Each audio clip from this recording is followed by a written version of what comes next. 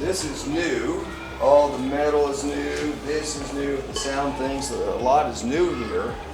But I think it's important we know what is here.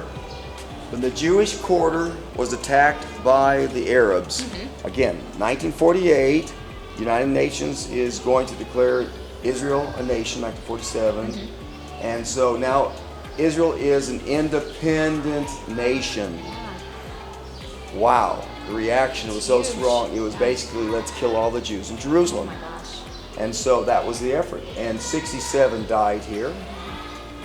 They could not take them out someplace to bury him, so they buried him right here in the city. So they were all buried right here. And then after 1967, who gets control again? Remember, we're in Jordan, the country of Jordan. From the Jaffa Gate to the east, we're all in Jordan here. You can say David Street.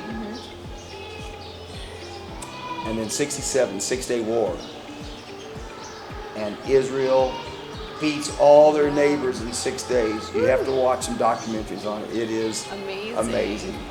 And then they could come and they dug up the bones, and where would they put them?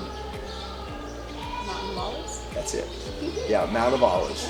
Yeah, Mount of Olives. So there's actually no bones right there, but that was the best way they could honor the folks who had died here.